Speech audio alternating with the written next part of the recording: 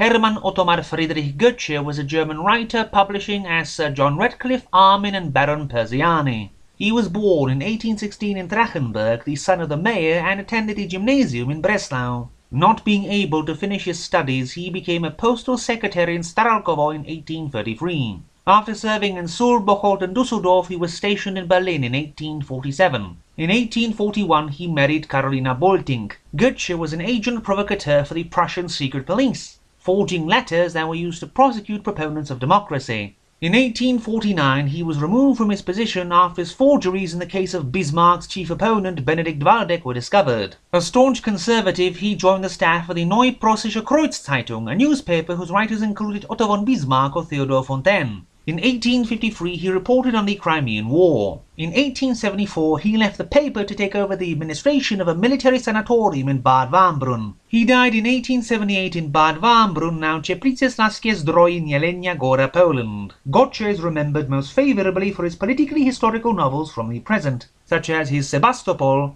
or Nana Sahib or the Revolt in India, but he is most infamously known for another reason. In 1868 he took the work of French satirist Maurice Joly, The Dialogue in Hell between Machiavelli and Montesquieu, and plagiarized it, which would be bad enough. But he plagiarized it in his novel Biarritz to write At the Jewish Cemetery in Prague, an anti-Semitic conspiracy of world conquest which became the basis for the Protocols of the Elders of Zion. To note, Goedsche died 25 years before the Protocols were published in 1903. So he was not personally involved in their spreading as propaganda. He did, however, write a very hateful scene to propagate a conspiracy along racial lines, and that is very much deplorable. I do, however, think his work may be looked at if we acknowledge what happened later. We will look at an early work published in 1836 when he was only 20, the Saga from Ottilien-Stone, or the Saga of the Ottilien-Stone, taking place around Castle Steinsberg by Suhl in Thuringia. Goedsche claims this is an actual obscure legend from the mountains of Suhl, but I could find no source to confirm. In these mountains, the people make a hard living, forcing their way into the bowels of the earth, and being tricked by the imps in the mountains who jealously guard their gold and silver veins.